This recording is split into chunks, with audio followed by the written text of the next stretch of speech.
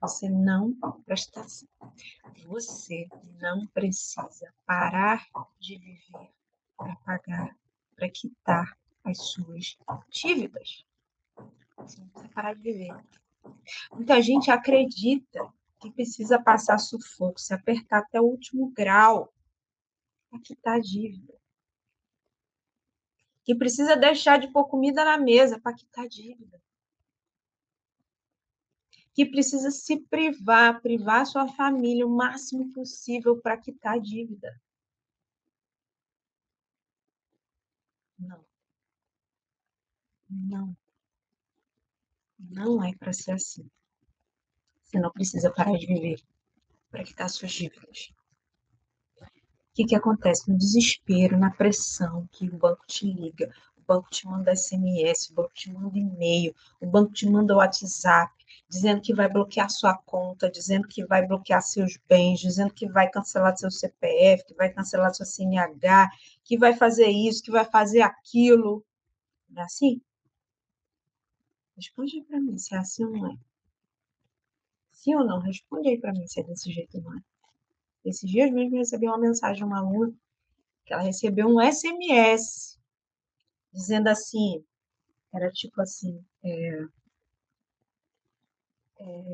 negocie sua dívida para que não haja o bloqueio dos seus bens, bloqueio da sua conta bancária, foi algo mais ou menos assim que ela recebeu de mensagem. Aí, no final, ligue para o 0800, não sei das quantas e tal, para negociar. Ela mandou um print dessa mensagem. Aí eu disse assim, minha linda, repressão. O banco está querendo a todo custo que você negocie do jeito deles. Detalhe importante que eu falei para ela e vou falar aqui para você. Banco não pode bloquear sua conta bancária da telha dele, não pode bloquear seus bens, não pode bloquear o seu dinheiro, não pode. Isso só é possível de acontecer dentro de um processo judicial, se o juiz entender que isso é necessário. Mas o banco da telha dele não pode fazer isso. Ele não tem poder para isso. Não tem. Se ocorrer bloqueio de salário, não sei o que na conta, foi um juiz que determinou. Não foi o banco da telha dele. O banco não tem poder para isso. Então já fica aqui essa orientação para você. Não se desespera. Vou bloquear sua conta, vou cancelar seu CPF, cancelar sua CNH. É mentira. O banco não pode fazer isso. Só quem pode determinar isso é o juiz dentro de um processo judicial. Dentro de um processo judicial. Se não tiver processo judicial, não tem como. Só o juiz pode definir isso. O banco não pode. Então, não ceda à pressão. Que aí no desespero, tu recebe esse tipo de mensagem, o gerente liga para você, você recebe o WhatsApp. Aí no desespero, você vai o quê? Você vai lá e aceita a proposta do banco, não é assim? Você vai lá, ai meu Deus, eu quero acabar com esse negócio logo, pelo amor de Deus, eu vou aceitar essa proposta, ponto, acabou, depois eu vejo o que eu vou fazer. Não é assim? Preciso dar um jeito, não é assim? Aí você vai lá, aperta o cinto, para de comprar até o básico. Lazer no fim de semana, então, tu não sabe nem mais o que é isso. Sabe nem mais o que é isso, é ou não é? É ou não é? Eu tive uma pessoa que atendia um tempo desse que ela disse para mim assim, Lídia, eu não sei há quanto tempo, eu não sei mais o que é ter um lazer com a minha família, por causa das dívidas. E aí eu pergunto, quem é que aguenta viver isso por muito tempo? Quem é que aguenta ter sanidade mental, emocional para viver desse jeito? Não tem como, não dá. E pergunto mais, quem foi que disse para você que você precisa aceitar a primeira proposta que o banco faz para você? Quem foi que te disse isso? Que você tem que aceitar a primeira proposta que o banco te faz? Não tem. Se o banco está te cobrando um absurdo, está te cobrando 3, 5, 10 vezes o valor da sua dívida, você não tem que aceitar. Você não tem que aceitar. Você não tem que aceitar. Agora, para isso, você vai precisar de quê? De conhecimento. Não, peraí, banco. Ó, minha dívida está aqui, ó. Eu peguei aqui o documento de evolução da dívida, que funciona como um histórico da sua dívida. E você disse aqui, ó, que o valor original da minha dívida é 5. Por que vocês estão cobrando 20? Aí você passa a ter o quê? Argumentos para negociar, minha gente. Isso é jogar jogo de gente grande. Isso é sair do amadorismo. Entende, gente? Entende? E aí, guarda uma coisa com você. A primeira proposta que o banco te faz dificilmente vai ser a melhor que ele pode te oferecer. Dificilmente vai ser a melhor que ele vai te oferecer. Geralmente, ele vai te oferecer uma oferta lá em cima, para você pagar o máximo que puder para ele. Faz sentido.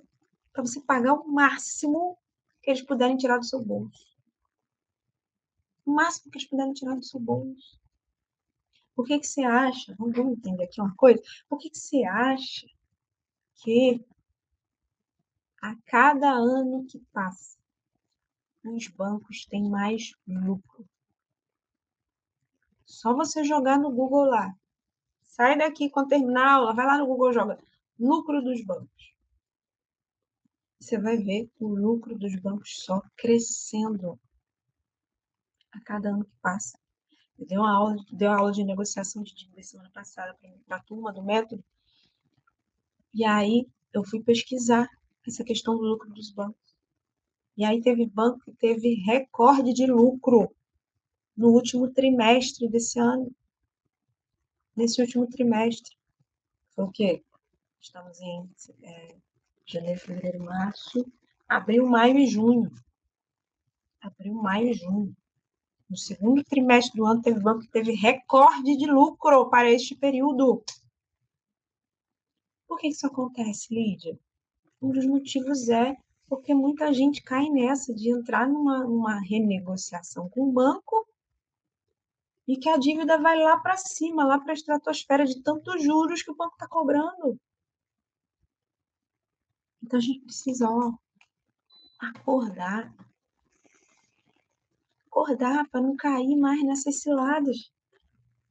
Faz sentido, gente? E aí, para você negociar suas dívidas, você precisa saber o quê? Primeiro, qual que é o risco que as suas dívidas têm?